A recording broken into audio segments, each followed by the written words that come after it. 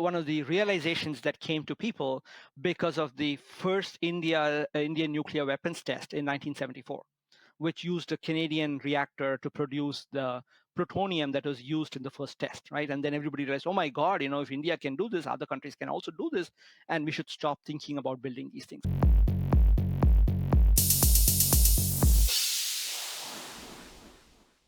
Hello, OneSunnyDay.com podcast. Today, my guest is Professor Ramana. He is the Professor of Public Policy and Global Affairs at the University of British Columbia. His latest book, The Power and Promise examines nuclear energy in India. Hello, Ramana, and welcome to the program. Thank you, Greg. Thank you for having me. I look forward to talking to you. Now, I looked around to find someone who about every week or so, I get a glowing article in my inbox. The problem of energy has been solved. We're going to make these thorium salt reactors. There is no problems. All the problems are solved. And I get a lot of pro nuclear thorium articles. And I came across one of your articles, and you were slightly skeptical of the whole thing. But first, for people who aren't listening, why don't you explain how a traditional reactor works? And then we can explain what the difference is of these newfangled technologies. Sure. So I'll start by explaining how a traditional nuclear reactor works, but also I think in order to really understand the talk about thorium, we should also talk a little bit about the state of nuclear energy around the world. But let me first start with explaining how a traditional nuclear reactor works. There are many different kinds of nuclear reactors. Here in Canada, we use mostly heavy water reactors. So these reactors use a slightly different variety of water, which has the heavier isotope of hydrogen called deuterium, but they are fueled by uranium. So uranium is found quite plentifully in nature. If you go to your backyard, you'll probably find some uranium. If you can spend the money to sort of sort it out of all the other stuff, you can extract out some uranium even from your backyard. But most of the uranium is mined in places where the concentration of uranium is much higher. And here in Canada, we have some of the most commercially viable deposits of uranium. And this uranium is mined from the ground. It is processed and fabricated into fuel, which are sort of long sintered rods, which are kept inside a nuclear reactor. In the United States and elsewhere, they don't use natural uranium. They have to the uranium that's used as fuel in the US reactors has to be enriched in a particular component of the natural uranium called uranium-235. And it's the uranium-235 component that's really driving the reaction inside a nuclear power plant, because uranium-235 has a special property that it breaks up into two or more pieces and produces a bunch of neutrons and some energy through a process called nuclear fission. And there are very few elements in the world that can do that with when they are hit by low energy neutrons. Uranium-235 is one of them. Plutonium-239 is one of them. And there's another isotope of uranium that's not usually found in nature called uranium-233. And we'll come back to that later. Why do the people in the U.S. go through that secondary refining process to get after the more purified isotope? That's a great question. So there are two kinds of reasons. One is today's technical reason would be that a light water reactor, those are the reactors that are running in the United States, they're called light water reactors because they don't use this heavy water that we use here in Canada. The light water reactors tend to be a little bit more efficient. But the historical reason is that the United States first developed uranium enrichment technology during the Second World War as part of what is called the Manhattan Project to produce the first nuclear weapons. And uranium, in that case, the uranium-235 was enriched to about over 90% and used in the bomb that was dropped over Hiroshima in Japan in August 1945. In fact, almost exactly, we just passed the 77th anniversary of that bombing. So uranium enrichment technology was present in United States. The U.S. held the know-how for this. They tried to keep it as a commercially proprietary technology and also something that could have national security implications. And so they didn't share it with the rest of the world. And so Canada didn't have uranium enrichment technology, and but it had a very strong nuclear physics group, mostly based in Montreal. And so they developed this other kind of reactor called a heavy water reactor, and heavy water is also something which had been produced in various places in the world. And because Canada had plenty of relatively cheap hydroelectric power, it was easy to produce heavy water rather than enriched uranium. So that is why Canada went in for heavy water reactors. And so why do you need the different type of reactor? Great question. So basically, what's happening in a nuclear power plant, a nuclear reactor, is that some element in most reactors, it is uranium 235, has to split and produce energy. Okay, and this energy essentially goes to boil water. A nuclear power plant is basically a big kettle, okay, which is powered by this uranium fission, nuclear fission process.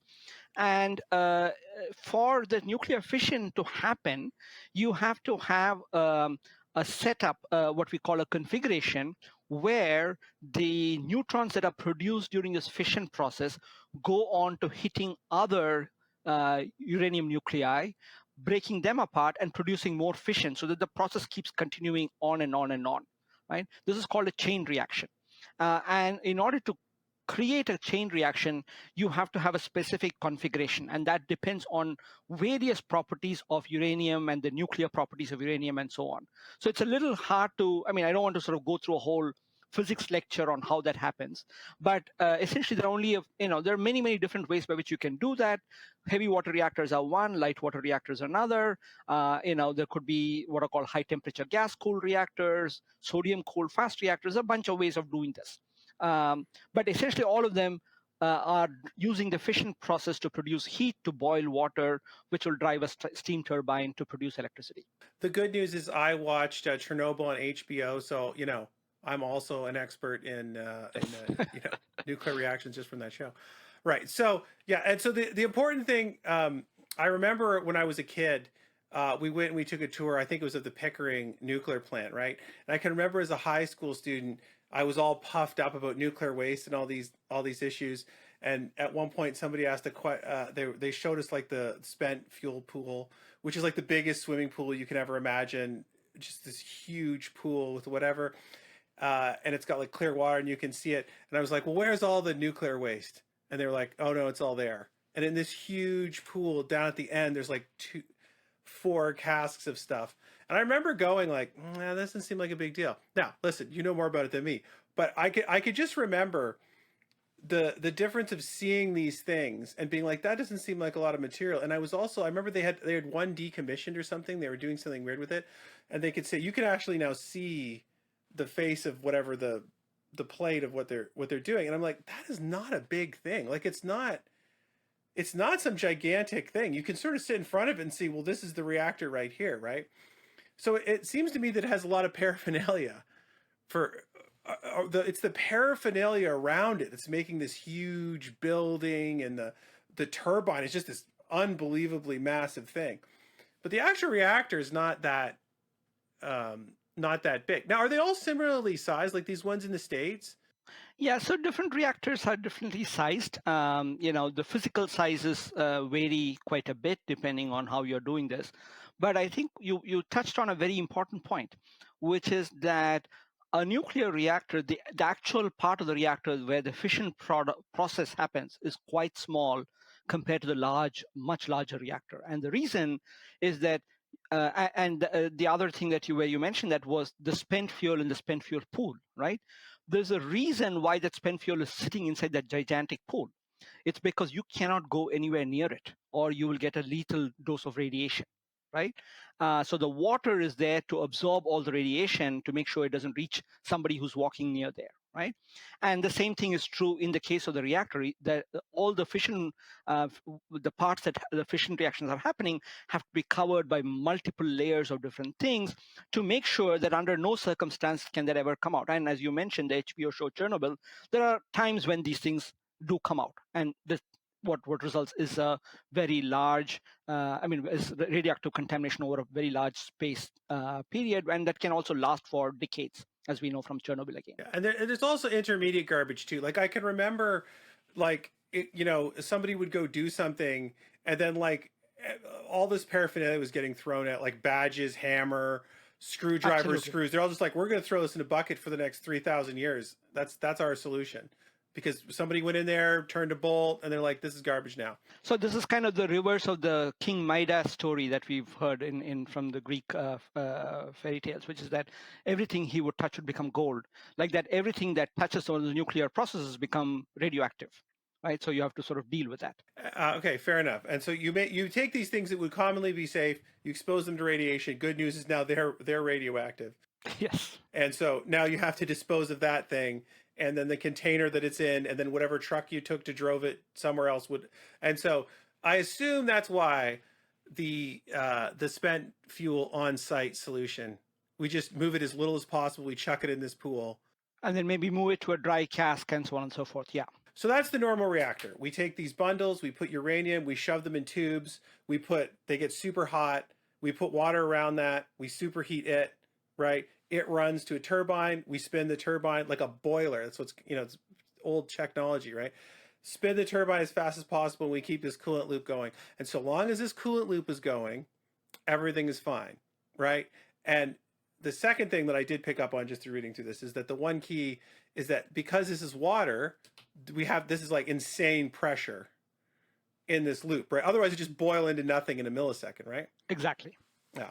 And then if you lose the pressure in this loop, it's game over, because the water will just blow away, and then you'll have no cooling, and then you'll have to do something else to shut this reactor down. There's rods and other mechanisms, I think, but right. Going through that. Okay, so that's the traditional reactor. Now and then Ontario has just now announced they're going to do an SMR, small nuclear reactor, right? What is that sucker? Well, again, I'll give you a historically thing. When nuclear power plants were first built, nuclear reactors were built, they were built small.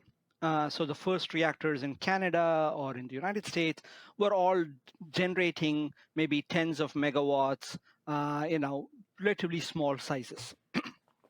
And the problem is that, as you rightly pointed out, in order to generate this little bit of electricity, you have to have a lot of paraphernalia, and all the paraphernalia costs money, right?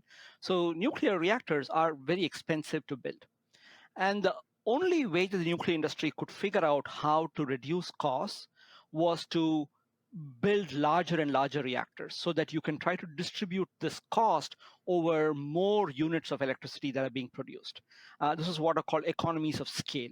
So the idea is that if you're building a reactor that's generating 5 times as much electricity, then you don't have to build a containment that requires 5 times as much concrete, or you don't need 5 times as many workers in the factory. And so you can save on all of those costs, but your revenues are going up by a factor of 5, right? So your the cost of production of the electricity comes down as you go to larger and larger reactors. And so somebody explained this to me as the unicorn problem, that every time they go to build one of these, the site is different, and is this true? They're renegotiating every part of the reactor. And then somebody said, if we could standardize the design to this SMR and just whip them off in assembly plants, we would get it. Is that true, or is that not the? That is true, but it's missing a very important factor, which is that you want the nuclear plant to be safe, no matter where it is. So if you can think about, let's say, the center of Canada, where you're on the shield, Canadian shield, you're probably not very worried about earthquakes. On the other hand, if you're going to build it in Japan, then you have to be worried about earthquakes. You can't build the same plant in both places, right? So there's a reason why these things are different, right? So that's one issue. The second is that the companies that buy the nuclear plant also may want different properties from these things, right? So it's not that people haven't thought about wanting to standardize. That has been the kind of mantra of the nuclear industry since the beginning, right? It hasn't happened for a variety of reasons which are real, and you cannot just wish them away, right? So on paper, yes, you can draw all these nice pictures and have a conveyor belt with coming out of these small modular reactors. But I don't think that's how it's going to work in the real world. But we are getting ahead of the story. Yeah, go ahead. So as these reactors became bigger, the cost went down, but not enough. And the economics of nuclear power has always been pretty bad. All right. And if you look at the pattern of construction around the world, the most of the nuclear reactors around the world were built in sort of two big waves. One peaking in the 1970s, which was mostly in the United States, and then one peaking in the 1980s, which was mostly in Western Europe. And then since then, the fleet has been more or less constant. Every year, a few reactors get shut down, some reactors get built, and the numbers are sort of more or less hanging around 400 reactors, give or take, a few, right? But what's also interesting that's happening is that if you look at how much of the world's electricity nuclear power is producing, that fraction has been declining consistently since the mid 1990s. The maximum it ever was 17.5% in 1996. And this year, in 2021, that fraction had come down to 9.8%. For the first time, it came below 10%. Okay. And so, and the primary reason that's driving this decline in nuclear energy's importance is the cost of building plants, right? So to build, the nuclear plant in Georgia in the United States, the initial cost estimates were about $14 billion.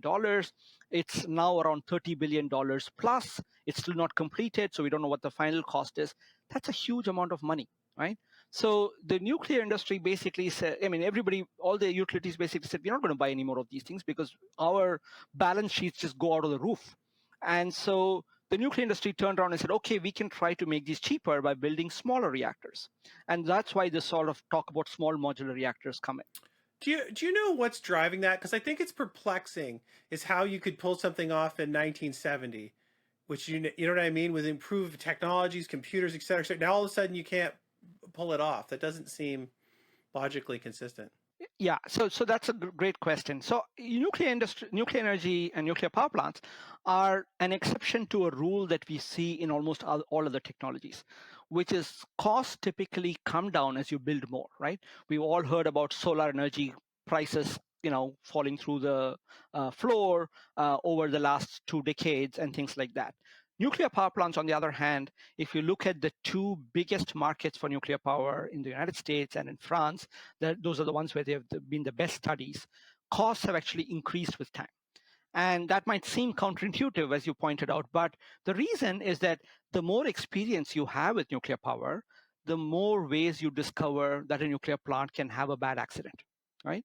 And once you find new safety problems, you have to fix them, and that's going to drive up the cost, right?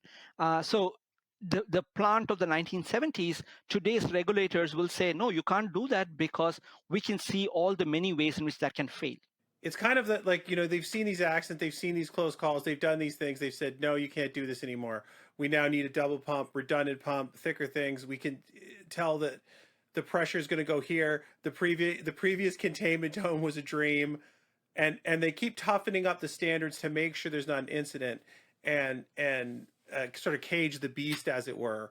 And that's what's driving up that they would the Georgia plant, which I don't know anything about, ends up $30 billion. But the reality is, if you went and looked at that compared to the plant in 1970, those people go back and go, "This thing's crazy." You know, what I mean, I can't believe we ever operated that compared to what we're able to do now. Okay, well, Yeah. that makes sense. That answers a question that people sort of have, which was very unintuitive in terms of whatever. So that's the small nuclear reactor dream, which you're somewhat skeptical above because you think it's going to be like a car. You think you can just make one car, but as you start making your dream car, well, now it has to work in the Arctic. Now it has to work in, or no, it has to work in Alaska. It's got to work in Texas, and now some people want to take the kids to the hockey game. They need a huge SUV. Other people don't care about that. And the actual reality of where this thing is and how much power it needs to make will start shattering the dream. Someone will say, tsunamis happen in Japan, therefore we need this, this, and this. And someone will say, there's no tsunami danger in Toronto. Why are we paying for, safety features on this thing we don't need, right? But there are two other reasons why I'm skeptical. One is the when you go to smaller reactors, you're losing out on these economies of scale, right? So per kilowatt of electricity generation, a smaller reactor will cost more than a larger reactor. Okay, and larger reactors themselves are not economical, so smaller reactors will be even less economical compared to large reactors. Your point is you still have to watch it. So someone is still watching it. You're paying that guy whatever you're paying. The whole safety apparatus around these small nuclear reactors still has to exist. We're still irradiating the same screwdriver, Yep. but now we're doing that 10 times or 20 times as we sort of turn the same bolt on 25 reactors. Hey, this is loose. Right now, there's 25 radioactive screwdrivers, just as a crude example of. But also, smaller reactors tend to be less efficient because they would lose more neutrons, all else being equal. So either you have to add new features to sort of holding the neutrons, that's going to cost money, or you're going to be using more fuel to produce the same amount of electricity. So that's also inefficient. Yeah, you know what? There's another counterintuitive thing there that you kind of assume, because you've seen a nuclear explosion, right? That their problem is containing this, not getting the most bang out of the buck, right? But you can intuitively see that if you're trying to, get these if you're trying to get this reaction to set off a reaction, if the physical place where it is bigger, there's more room for the reaction. There's less surface area for things just to escape in oblivion, which then you have to spend a huge piece of infrastructure to stop them from irradiating people, right? In one part, you're trying to get this party started. In another part, you're trying to shut this party down, right? Hmm. Hmm. I have to say, intuitively, it didn't quite make sense. They're going to take a site in where they had a large reactor, and they're going to change that to a new site with a small reactor, and you're just like, well, that can't make more electricity.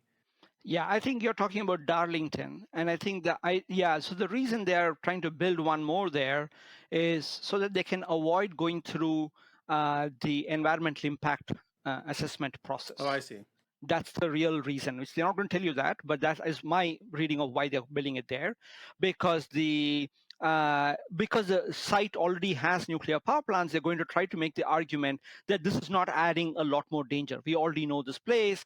This is a small reactor compared to all the other reactors, and so let us build this here in peace, right?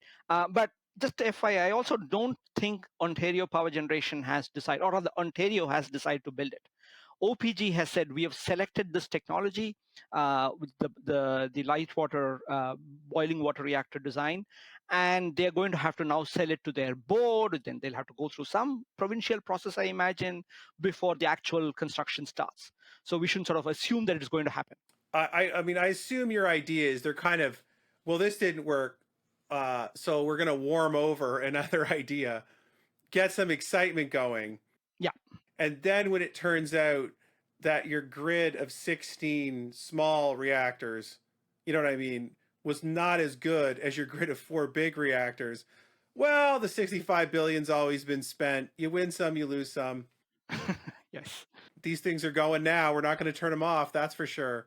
Yeah, exactly. In 30 years, someone will say, hey, you know what we should do? Let's just build 4 really big reactors based on the inspiration. I think 30 years from now, they won't be talking about building any more reactors. As I was saying earlier, I get article after article very excited about thorium salt reactors, which is not the SMR small nuclear reactor. This is a completely different beast, right? Thorium-based reactor can be small or large. That's a different issue.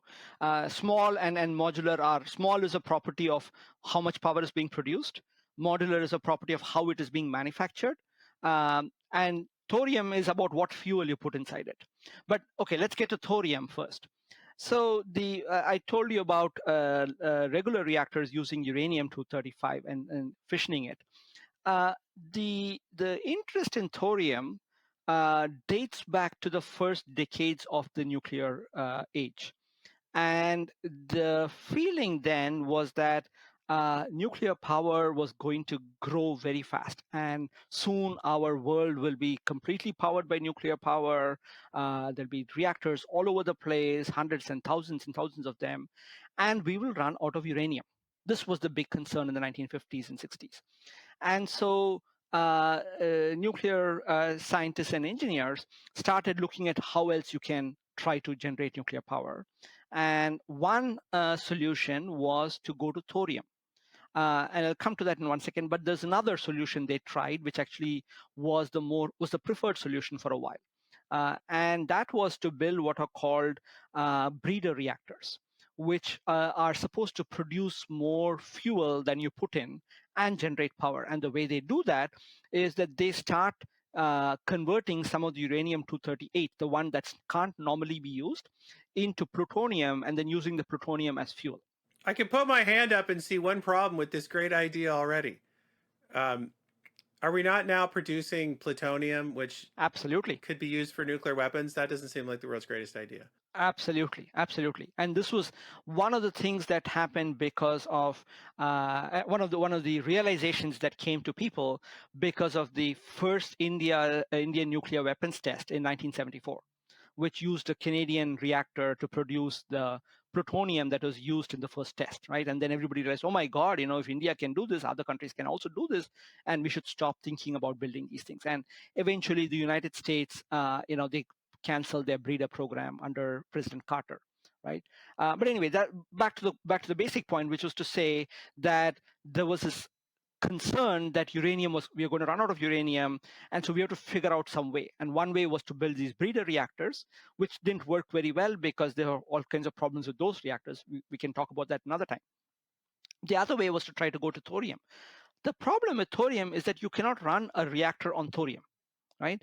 Thorium is not fissile, meaning it will not split when it's hit by a low energy neutron. So you have to convert the thorium into this other element called uranium 233, right? And then the uranium 233 is what is driving the fission process and producing the energy, right? So in nature, there's no uranium 233. So what you have to do is to actually build reactors that will generate neutrons, extra neutrons that can go and hit the thorium nuclei, convert them into uranium 233 through a series of sort of nuclear reactions. Because each one of these articles that I say that talks about these things has a thing in it that says, do you know that the United States has a strategic supply of 600,000 tons of thorium? We're drowning in it. It's 500 times Yeah, more than uranium. But I think what you're saying is that's great that we have all this thorium. You can stick that in a reactor all day and you're not going to get anything. exactly. You have to run the reaction first with something else. Okay. So there are basically, very simply put, there are two ways of doing this. When I take my thorium and I run this reaction, right? In these reactors, the input is thorium or the input is this other It is uranium. uranium. So you have to do that off site and then take. Is this stuff super reactive once you charge it up with? So it's not off-site. So let me give you. There are Okay. two ways of doing this. One is the way that the French and the Indians and so on wanted to do this initially was to say that we will build just uranium powered reactors, and then we'll build these breeder reactors which are producing large numbers of neutrons in addition to what is required to keep the fission product alive. And so you'll have a reactor that is basically powered by plutonium.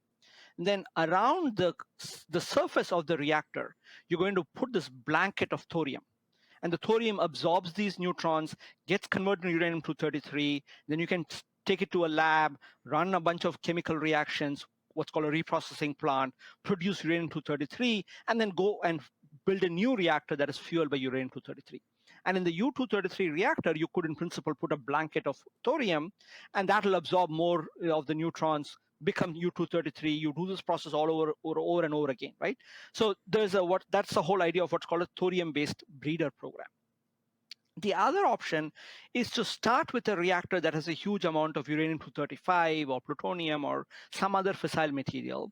And in the same reactor, you also stick in elements which have thorium in it, right?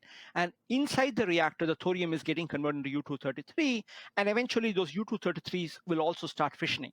And so you have some kind of an in situ conversion happening right there, right? That's the broad idea. And there are many, many different designs. I can't possibly do justice to all of them. I have to say that if you walked into my office and started explaining this, and I knew nothing about it, and I do know nothing about it, I would instantly say, it strikes me you're adding a lot of moving parts to this thing now. Yes. Like a lot of moving parts. How does this thing get on the outside of this? How's it taken away? It seems to me on an industrial scale, you're really putting a lot of more. It has moving parts already, but now you're trying to do two things at once in the same location. And there's more to it. If you want to extract out uranium 233, the uranium 233 often comes contaminated with another variety of uranium called uranium 232. Okay, and U232 is what we call in technical terms a hard gamma emitter, which means that it produces gamma rays which are high energy gamma rays. Okay, and because it's highly radioactive, if you are, this is the reason why people would typically say you don't want to use U-233 for making nuclear weapons because you'll produce this. But that property is actually worse for nuclear reactors because you will have to do all your fuel fabrication behind thick concrete walls so that the workers don't get irradiated, right? Now, the thing with these kind of walls is that the cost of production of fuel then becomes much higher. Just like what we talked about in the case of a nuclear reactor, instead of having small, workers go in there, having a lathe or whatever it is, the equipment that you use to produce the fuel, now everything has to be remotely controlled. Yeah, when you go to the hospital and they're doing work on a cancerous tumor, they have a thing called a gamma gun, Right. which they then use to irradiate whatever radioactive, or not radioactive, whatever cancerous tissue you have, thus tipping you off you don't want to stand in front of a bunch of gamma rays. Exactly. The first problem is I have my thorium. I've got, you snap your fingers. This breeder reactor is here. I'm producing my 232 input tool, but now I have this super reactive, problematic material mixed in that I got to either scoop out or figure out to do with. It's not quite as. It's not like none of this is quite as simple. Yep. It's not as simple, right? So a lot of stuff gets brushed under the carpet when people talk about thorium reactors. Right. Now, once I have this input fuel, right, is this what gets mixed with the salt or fluoride and shoved into this thing? Or is there like a secondary process to get that done? So different reactors are different designs, but essentially you have to have these two components, a fissile component and the thorium component mixed in with the molten salts, right?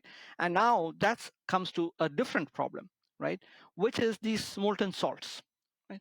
If you think we know the name salt from what we eat, what we put in our food, and we also know that the salt tends to be corrosive. If you live near the coast, you know that things get corroded, become rusted, things of that sort. Go to Hawaii. Yeah, You notice it immediately. Everything is rusting. I mean, it's incredible. exactly. And my parents' house in Madras in India, they live by the coast, and every few years we have to replace everything in the kitchen, right? So that's a it's a example of the kind of problem that you have to deal with when you deal with molten salts. And now you're also dealing with these things at very high temperatures, right? So the question is, what material can actually handle these things? What kind of a big container are you going to put all the molten salt in, right? And how long is it going to last? Things of that sort. Will you have other materials which are in the reactor? It's not just the container. The reactor has to have all this other, the fuel and stuff that's holding the fuel and stuff that is. Well, as I understand it, also tell me if I'm wrong here. Aren't we also pumping this? Yes, This has to now be pumped in a loop, exactly. right? This is the original reactor didn't have this problem because we were just pumping around the heavy water. Right. The super reactive stuff was just sitting in tubes where it was. Absolutely. Now you're talking about making the cooling loop radioactive. Right. Or not, well, fissile or whatever. It's the reaction is in the cooling fuel. So someone has to, you have to have a pump that pumps this around. Absolutely. Right. And the pump has to have a moving part that has to have a gasket in it. Yeah. It's not, it seems to me you're off to the races. Yeah, I'm not an engineer of that kind, so I can't tell you those details. But this is just my my physicist understanding of how that happens. My point is the loop of the molten salts is way more complicated than the. Yes, than a globe of water. Absolutely. Yeah, and it's not just molten salt. It's molten salt that's highly radioactive, right? Usually, right? Unless you have a two loop. case, in which case there's one loop which is the molten salt, which is radioactive, going round and round, and there's another loop to which the non-radioactive molten salt is going round and round, and one has to transfer heat from one to the other. So you need a heat exchanger. As you rightly said, there are a lot of moving and non-moving parts in this building, right? I mean, what's funny is the first CANDU nuclear reactor. You can get your head around it. Like if you go and see it, they'll give you a fuel bundle. We're shoving it in one end, we're taking it out the other, and you're like, I can more or less envision what's happening here. You know what I mean? I can't envision the nuclear reaction or why the control rods have X effect, or you know what I mean? But I get the basic concept of what you're doing here, right? It's if it was a fire, it would be the same thing. If you just had a huge thing that made fire, you could sort of envision it from there as a huge boiler, right? And then when you have these other technologies, just your description sort of hints as to why they moused away from these things. Now you're talking about one cooling loop to fix the problem of piping the super, you know what I mean, official stuff around that's super hot, that's salt. Every X feet of pipe is going to be another gasket. It's going to be a thing. It's going to be X-ray scan, on and on. Oh, we'll just make another cooling loop, because what you're talking about here is you create one cooling loop of the thorium salt official super hot stuff. You then use that to heat something like I guess that some version of water, heavy water, some other less volatile fluid, and then you go run your turbine with that. So now instead of one cooling loop, you've got two cooling loops to police, and either one of those niggles off, and you're like, I'm very excited. Well, now I did read once that somebody said there's an advantage in that, if something was to go wrong, the thorium salt mixture would kind of expand, and therefore it would sort of shut itself down and not make a huge nuclear pile of mess. Is that true, or? Um, so these are at this point paper designs. I don't know the answer to this question until you actually have a detailed design. It's hard to answer these, and there are so many designs, and these are all, as you said, moving technology. So the moment somebody criticizes something, they'll say, "Oh, we've changed the design already." Right, and so it's very hard for somebody on the outside to say this. But I will say, but that question is kind of the idea that they are basically talking about is that you can explain safety very simply in these reactors. And so you should not be concerned about accidents, right? That is the message they're trying to give you. And the answer is, I don't think reactors actually work like that. There was a very famous quote by the person who oversaw the nuclear submarines being developed for the U.S. Nuclear Navy, called Admiral Rickover. And he said there are two kinds of reactors. I'm paraphrasing what he said. One he called academic reactors, and other he called real reactors. And he said the academic reactors are simple, they are cheap, they are easy to operate, they are light. And in the real world, of course, everything is the opposite, right? So the safety is also like that. It looks very simple, but in actual fact, all kinds of things can go wrong. I'm not confident that you can be having safety. The second issue is that in the case of your CANDU reactors or light water reactors, the radioactive materials that are produced, the so-called fission products, when the fission happens, they all stay inside the fuel. Which is usually some kind of a ceramic element, all right?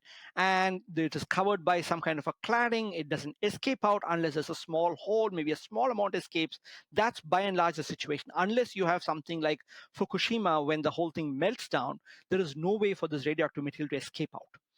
In the molten salt reactors, on the other hand, the radioactivity is mixed with the molten salt everywhere, right? And what you also have to do is periodically take out that radioactive fission products. If not, the reactivity will shut down for neutronic reasons. Some of these things tend to absorb neutrons, and you don't want that in that molten fuel. And so that's one reason why the fuel is circulating, right? Because you're trying to periodically pump that out. Well, so one thing you have is you have a whole lot of radioactive materials sitting on the site, which is relatively easy to release compared to from inside a fuel, right? So that's a huge different safety hazard. It's because it's liquid at room temperature, That's right. and you had to pump it around. You couldn't just leave it in the if the Exactly. traditional reactor uses the nuclear fuel bundle. Yes.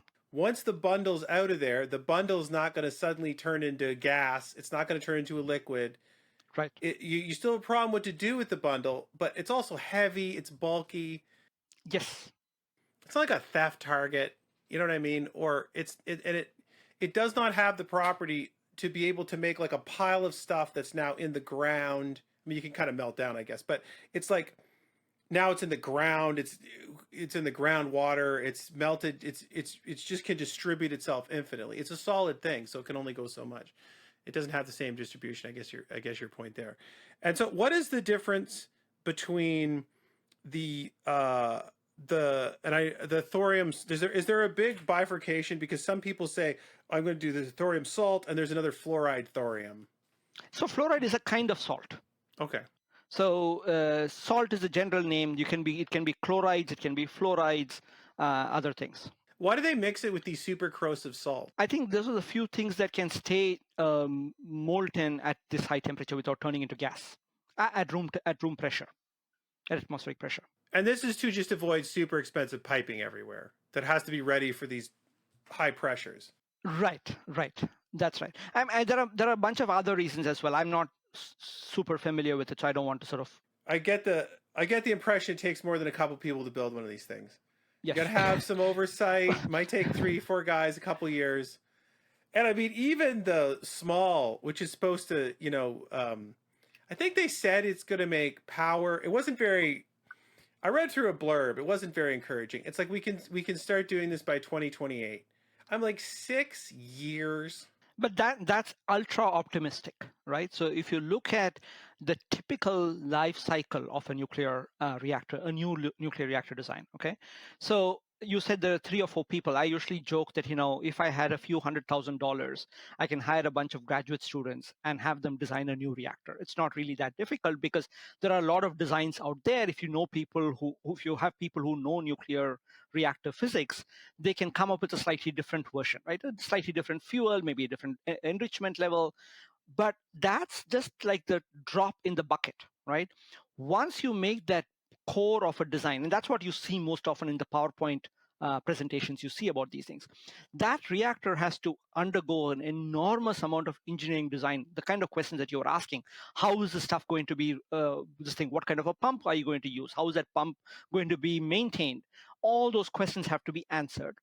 And you also have to go to a regulator, and if the regulator is doing a good job, they will ask a lot of tough questions, right? What happens if there's a fire?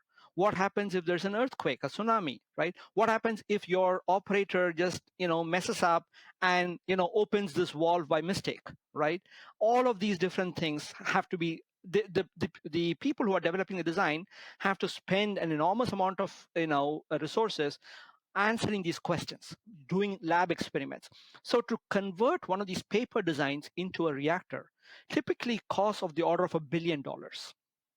Okay, and it takes many years. So the most advanced small modular reactor design in the United States is this design called the new scale design. And it started its life in 2003 when the Department of Energy funded a project to try and develop a new kind of design. Those things basically by 2007 or 2008 was when the company was started. They said, oh, by 2015, we're going to see the first power coming out of a new scale reactor. Now they're talking 2029, 2030. Okay, and that's if everything goes well, because when that design went to the Nuclear Regulatory Commission for safety evaluation, they found a bunch of problems with it, including with something called the steam generator, right? And so they said, well, until you fix or until you can satisfy us that this will perform well, we are not going to give a license to build this, right? So even in the best circumstance, you're talking about something like 3 decades between 2003 and maybe 2033 before one of these things start generating. So 2028 is like, it's the kind of stuff that you would expect an advertiser to say. So you have a pump. This pump magically pumps thorium salt, but nobody's ever built one of these pumps. No one knows how long it's going to last. No one's going to whatever. People start looking into it. What kind of gas gets in this pump? And then suddenly, I got to get someone in the world to make different gaskets, to make these salts up, to apply it. This is like, we're talking maybe like one gasket and one thing, to convince themselves that it's not going to corrode or cause a problem. And then there's like the backup pump. You can control these with computers. What happens in a solar flare? You can harden all this stuff, right? Computers don't last forever. Computers don't last forever either. On and on and on. The Russians can hack it too. Nah, they'll air gap it. I got confidence. But yeah, right. And I assume someone will be smart enough to put like a physical switch in that drops control rods or some kind of a thing like that. I wouldn't base it all on computers. But my point is, the minute somebody starts machinating away at these things, I all of a sudden I need a lab somewhere, which I'm gonna have to fund for people to just deal with all of these little problems, all the things, till everybody's satisfied. Nope, we can make a pump that does it. Here's what happens when it changes out. Here's what we're going to do with the pump when we're done with it. Here's its life cycle, et cetera, et cetera. I did have one question because you mentioned the nuclear subs. So the United States seems to be able to make these nuclear sub reactors where the power for the submarine, all 43 years of life is in it. It's a completely sealed system that they make and they chuck in the stuff. And I assume they know what they're doing, in terms of whatever. Why does that kind of thing not scale up? Well, it can scale up. The problem with the submarine reactors are very usually run with highly enriched uranium, right? So there's a proliferation concern. But the more important thing is that have you ever seen the budgets for the U.S. nuclear navy? Right? So each of these things, I have no idea what they cost, but I can be very sure they're going to cost far more than any of the reactors that we build outside, right? And because and to be fair, these are not reactors that are primarily designed to make electricity. They are designed to make this nuclear sub, and it has to sort of go, from 0 to 60 in 3 seconds, and then stop suddenly and go under the water and go above the water, all the kind of stuff, right? So it has a whole bunch of different features, and the fuel is very different. So I don't expect them to be sort of commercially viable, but that's the real reason why we go. Plus, they're not going to tell you how they did it either. Exactly, that too. Absolutely. You're just going to be like, oh, there's a nuclear expert guy, and he goes into a magical room, and the sub goes fast and slow. Don't worry about the details. I'm quite sure they have they have tremendous internal know-how that they're about to explain to no one as to how to put a nuclear reactor in a submarine, right? But I also say one more thing. So this thing which you mentioned about you need to go find the person who makes this gasket, right? That's an important element also, because if you're thinking about starting new kinds of reactors, let's say thorium reactors, right? You have to have a supply chain that produces a whole bunch of different components, right? You have to have a factory that produces these reactors, because remember, these are supposed to be modular production, so you cannot do custom built in one place. You're supposed to be building them in one central place, which means somebody is going to have to invest a few $100 million up ahead, right? In the expectation that a whole bunch of people are going to buy these reactors, which nobody knows what they're going to cost. Nobody knows if they are actually going to perform the way they are expected to perform. And then you're going to imagine there's a market and build these things. Is someone going to be investing those few $100 million? Is another question that you have to ask. Well, you have another question. Is that what happens if somebody builds one of these things and you see in Ukraine one shell goes whistling into these things? There's no safety feature that's going to stop an artillery barrage. Exactly. You're just gonna have a mess of pipes and heaven knows what. Yep. In 3 seconds. So you can have a devastating PR problem too, right? You just need one of these things. You could build this whole infrastructure up. You could kick the first one out. You could just be unlucky. Right. On the first one, people are just gonna the public relations disaster that will ensue. You know what I mean? Will be so harsh. Yeah. That you're messed up. Okay, well, this is. And finally, I'll just say one more thing. So we do have some experience with molten salt reactors, right? There was one experiment that ran for 4 years in the Oak Ridge National Laboratory in the United States. And, people who like thorium, people who like molten salt stuff, talk about it in glowing terms. But actually, if you look at what the record there was, it ran for a very small fraction of the time, partly because it was an experimental reactor. It was shut down 225 times over 4 years, with I think the majority of it being due to unforeseen reasons. It was not scheduled stops, right? and they basically, the U.S. Atomic Energy Commission's, decided this experiment didn't justify a follow-on experiment, right? So the historical experience we have will also suggest that if you were to build one of these, it may not operate so well, right? And your reactors shut down half of the time when it's supposed to be generating electricity. That's also not a good idea. Well, what you're kind of summarizing is the people of the past in the 1965 are not idiots. Right. They actually picked the most straightforward thing to do, which was these heavy or light water uranium reactors. They set up the whole system for them. In the States, they had this pipeline to enrich uranium. They're like, why shut it down? Yeah. I mean, and then we didn't have that, so we did something. As it turns out, people who lived in the past were not idiots, is the summary of the whole thing. Yes, that's true. They did understand what they were doing. They did take the path of least resistance to making these things work. They did work. Yeah, there were things they didn't know. One thing they didn't know was how much uranium we have. Okay, so they thought we would run out of uranium by now, and now we know there's far more uranium in the world that we can ever use, right? They also didn't know that nuclear power plants would be so expensive that people would not, there won't be very many of them built, right? And other things would become cheaper and they would become the preferred sources. So they were wrong on certain things, but that was they didn't know this about the future, right? They didn't know what they were doing at that time. Yeah, I mean, in all fairness, they did make these things work. They did produce a lot of electricity.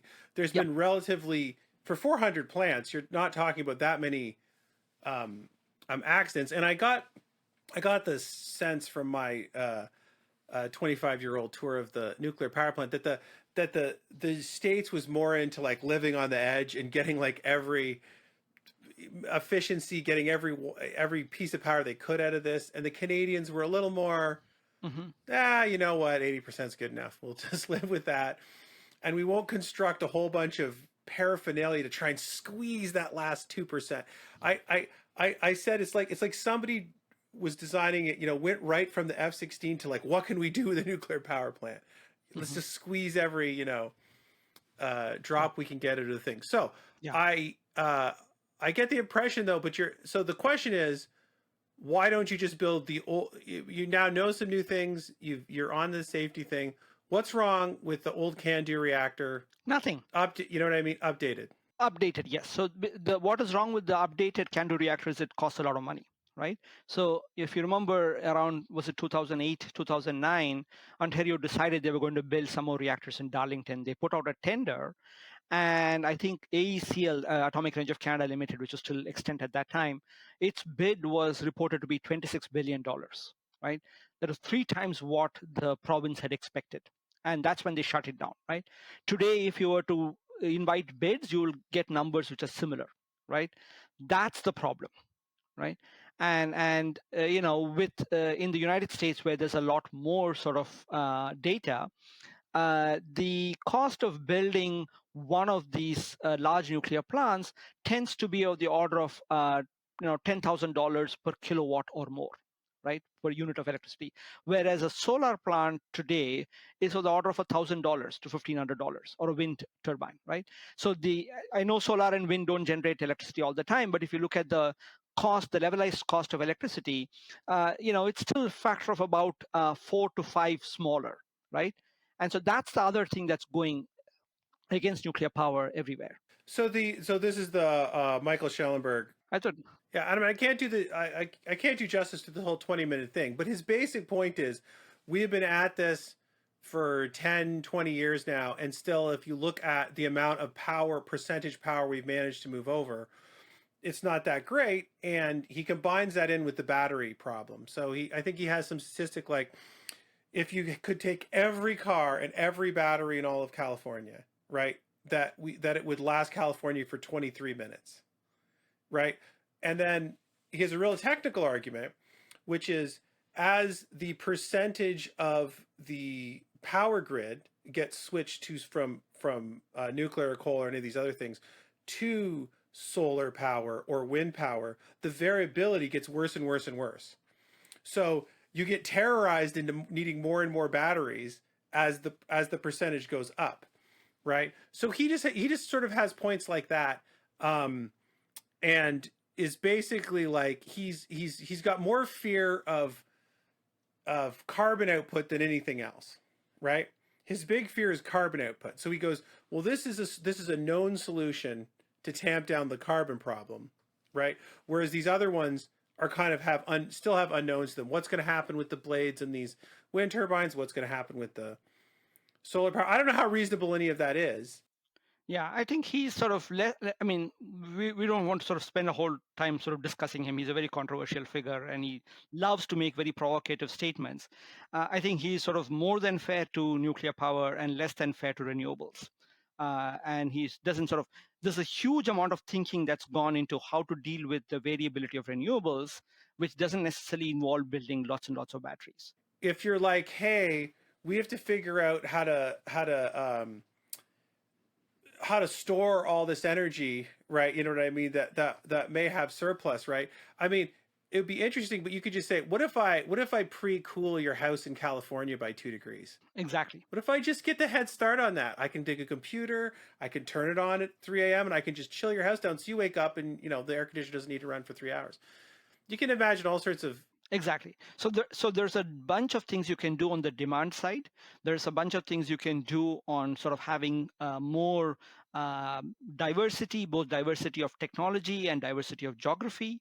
And you can then finally do different kinds of storage. It doesn't all have to be batteries, right? So I mean, it's not, I don't think that we know the answer to that question, how it's going to be, but it's also very premature because the amount of renewables we have today in Canada or the United States is a very small fraction. We don't need to do this kind of large scale storage at this point yet. So the top line argument I did come across is that somebody said, Germany's been tinkering with renewables and France has just gone with nuclear, and the electricity costs half in France that it does in Germany. Do you buy that? Or again, this is sort of comparing apples and oranges, right? Right. So Germany is a very different. It was always traditionally fossil fueled place, lots of coal there. France was not, right? So France had a choice. What Germany has done in the last 25 odd years is dramatically increase its renewables. So if you look at its emissions, its fossil fuel use, everything has come down substantially in the last 2 decades after their the nuclear phase out went into law in 2002 in 2000. And the other thing that Germany has done is increase the efficiency of its housing far more. So even though Germany's electricity rates are much higher, the average bill in a German household is not different from that in the United States and Canada, roughly speaking, right? That's because they use a lot less energy, and it's not they're living uncomfortably compared to everybody else, right? So they have a different approach towards it. And France, we are seeing today one of the dangers in France, which is that their nuclear fleet, half of their nuclear fleet is down because of high temperatures. There's a heat wave there, and because they discovered this huge problem with their wells, and their some of their construction has been bad. So a lot of the reactors are down for safety reasons. Again, putting all your eggs in one basket is a problem, right? Because if there is one thing that affects all of them, then you're stuck. What are you going to do about it? And so France today is importing electricity, right? I just read before the podcast that several nuclear power plants have a waiver because there's a limit to how hot the water they're allowed to spit out into the rivers. After it's gone through this thing, they have this waste hot water and they just throw it in the river. So somebody smart said, you can't just turn the river into a hot tub, right? You have to have a limit on how much you're allowed to, the maximum temperature and how much water you can spit out of this nuclear reactor. So the problem is it's so hot, the input water is super hot compared to the engineering. So the output water would now be several degrees hotter. They're in violation of the safety. Yeah, 7 or 10 degrees Celsius. Yeah. They're like, we're going to have to shut down. The regulator just told them that they're going to remove that restriction till September 11th. And they're not going to have this restriction on the heat of the water. So that, I mean, if there's a good point that, when you have this completely homogeneous energy supply system, while it's all going well, you look like a genius. But if the same thing affects it all, you look like an idiot in 4 4 minutes later, you just look like, you made the world's greatest mistake, right? And we saw that also in Japan, right? After Fukushima, most of their fleet had to come down to deal with, the lessons of Fukushima, right? And it's never actually come back up, right? So it's, these are, yeah. So Schellenberger's arguments, I don't buy them. Well, listen, I don't know that I buy them either. I'm just repeating them so that you can respond to them. But right, so you think that you're of the idea that the future is solidly into these renewable technologies that'll just sort of slowly grope. I think, yeah, I think I'm not sort of one of those people who's like a technological optimist that everything is going to go fine and things of that sort. But if I look at these two sort of realms, if you have to get away from fossil fuels, broadly speaking, we're thinking about, going into nuclear or carbon capture and storage, which has a different kettle of fish, or renewables. These are the broad set of groups of things. And of the three, clearly renewables are sort of doing much better than the other two, right? Uh, are they going to solve all the problems? Can I give a guarantee? Of course not, right? But I also think that, as I mentioned, these are still early days. If you're talking about renewables, globally they produce. I said nuclear produces 9.8%. Last year's percentage for renewables, and this is electricity, is about 13%. Right. So you are very far away from a point where you're going to deal with grid instabilities and stuff of that sort. So you're talking about 2040s maybe that you're going to have to deal with all of these things around the world. And by that time, who knows what we're going to have? I mean, the one thing you can tell about the energy analyst community is that they have a long track record of getting things wrong, right? All the predictions for what solar energy would cost in 2020 were wrong, right? Including ones by Greenpeace and so on and so forth, right? So it's not, I'm not particularly, confident that we know what we are putting into our energy models to predict what that should be there. Yeah, listen, I'm hugely I mean, I have a computer science background, and I'm hugely skeptical of these models because you could produce models in the 1980s that you would have just been sure everyone in this planet would have starved to death a long time ago. This is how much land, this is how much farmland you have. It's just really easy. You're like, oh, everyone's going to starve to death. We're not going to have enough food. As it turns out, people make technological advances, efficiency increases, and then that goes away as a problem. And I mean, I can remember also when I was in high school talking about how difficult these things are to predict. I mean, I was disgusted at the volume and the disgustingness of chemicals in photo finishing. Like when you were at the old school photo finishing process, you were like, oh, this is the grossest thing I've, you know what I mean, ever been involved with. And people are like, what are we doing? We're throwing this stuff down the drain. Mm-hmm. Right. And then suddenly 10 years later, you can see that it's not a problem. And then 20 years later, you couldn't even explain to a kid Right. that there used to be a physical chemical process that made images on paper. It sounds ridiculous even when I say it now, right?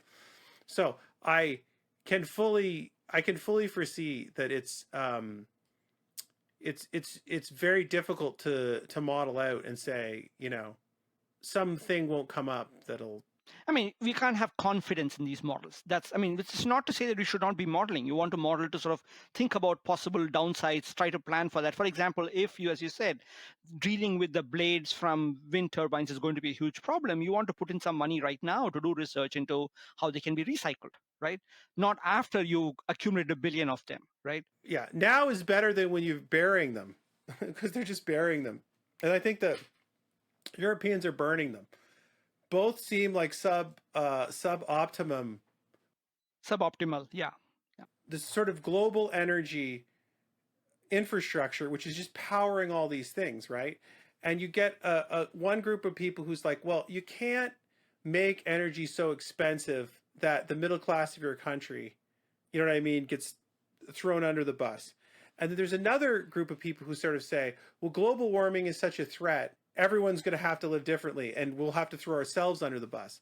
And then you have a collision. It's super polarizing at this point. Yeah, absolutely. Right, exactly. And I think that's what that's why this kind of thing is, I don't say dangerous, but too attractive. Oh, we've got this magic thorium thing, problem solved, right? We can have our cake and eat it too. And I think that, one thing which we didn't talk about was that, some of these technologies have bad sides, including the proliferation issue, right? So imagine that you're going to have these reactors popping up all over the world, and if you have to use these to solve climate change, what people should remember is that it's not in Canada or the United States that all these plants have to be built. They have to be built all over the world where electricity needs are growing. So in Nigeria, in Indonesia, in Brazil, all of those places should have hundreds of these things, right? And are we going to be sanguine about having all of these countries having access to these kinds of materials that could be used to make nuclear weapons and things of that sort? You're absolutely right. When you're talking about what a stable country like France can do, or the United States can do, surrounded by water, Canada could do, or North America do. I don't want to. I mean, I don't want to seem like some kind of elitist jerk. Oh, they'll never pull it off. It's not that they necessarily won't pull it off. It's that if you have 2 million migrants that walk into your country, nobody knows what is going to happen. You know what I mean? And so, you I don't think you can 100% predict. Like, if you went and you now have in Ukraine right now nuclear reactors, which apparently a couple of shells went into, right? Mm-hmm. If you backed up the tape 10 years ago and somebody said, hey, you know what, Ukraine seems like a flashpoint, let's just have a worldwide pot to shut these reactors down, we'll just get them out of the line of fire just for the heck of it, you know what I mean? We'll pay what it costs to have some other technology, we'll cask this stuff up, we'll truck it back somewhere. Everyone would go, yeah, let's solve this problem, let's get this problem off the table in the world's problems. So you're right. I don't know that even if you, I'm sure, have an elite technocratic smart people that have gone to university in all of these countries, right? What I always say is, do you really think any country which is struggling on the economic front doesn't know all these things? You don't think there's no one in the administration of these countries that has been to Duke for a couple years? Like, you know what I mean? Or some U.S. university? They all know these things. The infrastructure is difficult to pull off. So what's next? What's next? So I think that we are seeing this battle over nuclear power being played out between proponents of nuclear power and those who are more critical, like me. And there are, on the one hand, these kind of facts which are fairly obvious things to state, right? A nuclear power plant is expensive to build.